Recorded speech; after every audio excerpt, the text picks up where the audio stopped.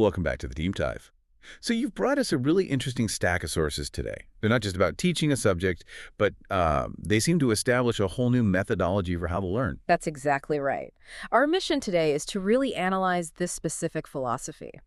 The source material, it's from the intro transcripts of an English practice channel, and it lays out this structured, almost anti-anxiety path to learning a language. Anti-anxiety, I like that. Yeah, it's built entirely around knocking down the two biggest barriers for most learners: fear and just a total lack of confidence. And this dive feels like it's custom tailored for anyone who wants to learn, quickly, but also thoroughly. Yeah. Because the source just fundamentally challenges this idea that speed equals efficiency. Oh, completely. It starts with this huge philosophical statement. It goes right after the popular belief that English is very hard. And how does it tackle that? Well, it doesn't just address it, it completely reframes it. The source claims English is not hard. It says it only becomes hard when we learn it the wrong way. Oh, wow. So the blame's put squarely on the method, not the student. Exactly. And that immediately gives you, the listener, permission to stop feeling like you're the problem. It suggests that this traditional rush toward complexity and, native speaker speed might actually be hurting you. So this whole framework is designed to make the process feel not hard. Right. By stripping away all the usual pressure points that cause that anxiety, they're engineering an environment for low-stress learning. So the big question for you, our listener, is this. How can consistency, slow delivery, and just this radical acceptance of mistakes, how can that fundamentally reshape the learning experience? And what does that teach us about mastering other difficult skills? I mean, the material itself is fascinating. It's from an English practice partner channel. A practice partner. Yeah, and the whole focus is on simple, clear, and slow instruction for daily life stuff. So it's not about writing an academic essay, it's about functioning. Exactly. They are solving that very real problem of, I understand the words, but I just can't speak. Okay, so let's unpack this. Who exactly is this confidence-first methodology built for? The target audience seems very specific. It is. It's designed first off for absolute beginners, but maybe more importantly, it's for people who have that passive knowledge. You mean they can read it, maybe understand it when they hear it? But they just can't speak confidently. Yes, and they call out people who feel shy or are just, terrified of making mistakes. And the first rule they establish is almost therapeutic. It's here, making mistakes is okay. That's the foundation. It's an immediate guarantee of psychological safety. If you take away the fear of judgment, you unlock the ability to try. And trying is practicing. And practice, in their formula, is the engine of confidence. So to make this happen, they introduce what we can call the 4 pillars of delivery. These pillars are basically the rules that govern every single video they make, right? That's it. Rule 1, we do not hurry. Rule 2, we do not use difficult words. Typical vocabulary. Very simple. Rule 3, we speak slowly. And rule 4, we speak clearly. You can see how those 4 pillars act as guardrails for your confidence.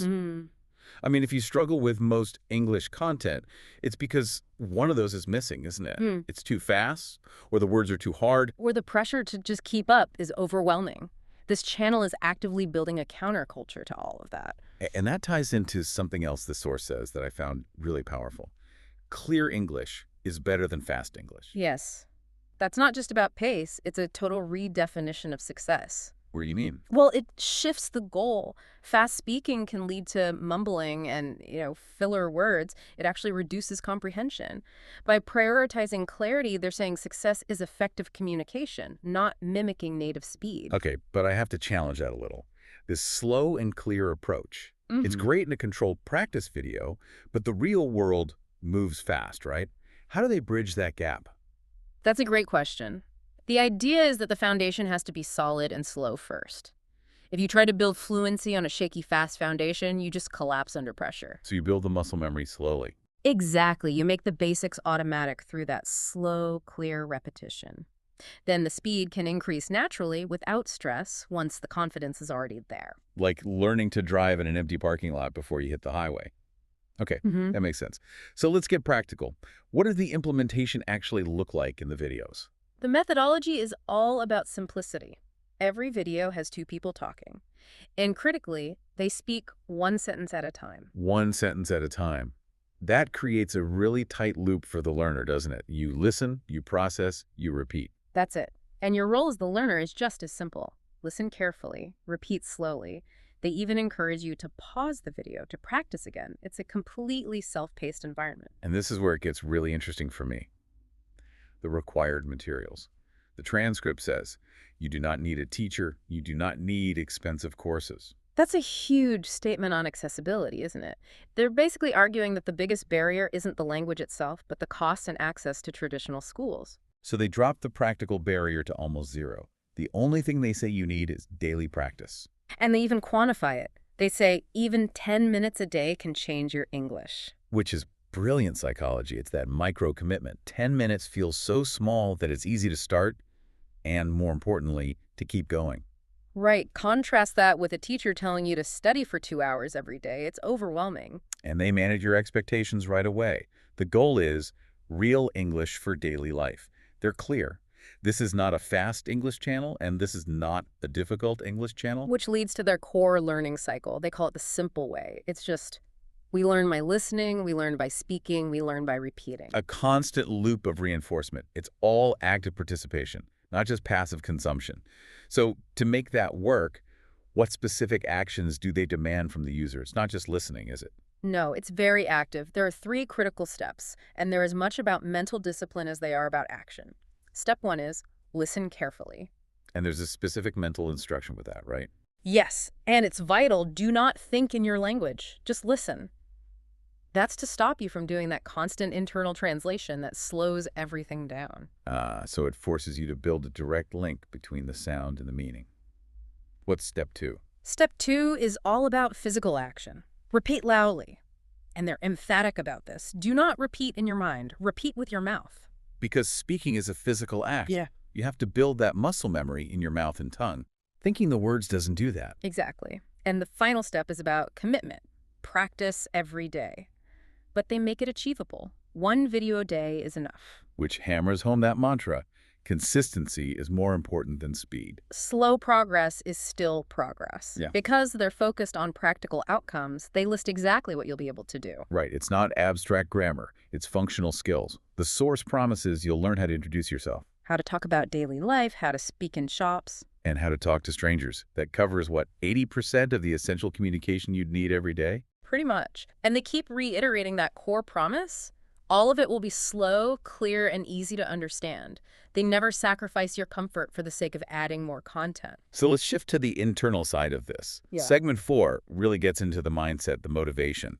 And this is where it gets applicable to, well, almost anything. Yes, absolutely. It speaks directly to that inner critic, that need to compare yourself to others. The channel has a strict anti-comparison rule. What's the rule? Do not compare yourself with others. Everyone learns at a different speed. That is so hard to do in real life, though, isn't it? It's especially online when you see everyone else's progress. It is hard, but they give you a tool to manage it. They boil it all down into one single powerful phrase to anchor you. Which is, Your only competition is yesterday's you. wow, it changes the entire goalpost, doesn't it? Success is no longer measured against some native speaker or a classmate. It's measured purely by your own incremental improvement. They even give an example. If today you understand 1 sentence, tomorrow you will understand 2. Progress becomes small, consistent, and guaranteed. You're always winning. And they actively build positive affirmation into the learning itself. They actually have you pause and repeat specific phrases. Yeah, these are designed to build that positive identity and fight that initial fear. The phrases are things like, I am learning English. Okay. I am improving every day. And getting right to the heart of it, I am not afraid of mistakes. So they're using repetition, the same tool you use to learn the language, to build your mental resilience at the exact same time. That's incredibly efficient. It closes the loop completely. And this all leads to their final philosophical statement, what we're calling the confidence equation. Lay it on me. It's a simple cascade. Confidence comes from practice. Practice comes from repetition. Repetition comes from patience. So confidence isn't something you just get. It's a direct product of consistent, patient work. And that links right back to the very first thing we talked about. English is not hard. It only becomes hard when you learn it the wrong way, with impatience, pressure, and speed over clarity. So what does this all mean for you, the listener? Our deep dive into these sources, it reveals that this methodology is really an intentional rejection of the high-pressure, fast-track learning model we're so used to. It's a deliberate choice for clarity, patience, and psychological safety. And the promise is that improvement will come just slowly, clearly, naturally. At the end of the day, this is a case study in effective behavioral strategy. You engineer the simplest possible environment, you reduce the time commitment to the bare minimum, and consistency just follows. It's a masterclass in making a daunting task feel achievable. The genius of it is that absolute focus on internal progress. They define success as being entirely about you. Your only competition is yesterday's you. And that brings us to our final thought. What if we applied this principle, this radical rejection of external comparison and demanding perfection, to every complex skill we try to master? Whether it's coding, playing an instrument, public speaking. Could that slow, clear, and consistent method, when you combine it with that confidence-first mindset, could it unlock success in fields way beyond language? Just by giving ourselves permission to be patient and measure progress only against who we were yesterday, that is definitely something worth thinking about.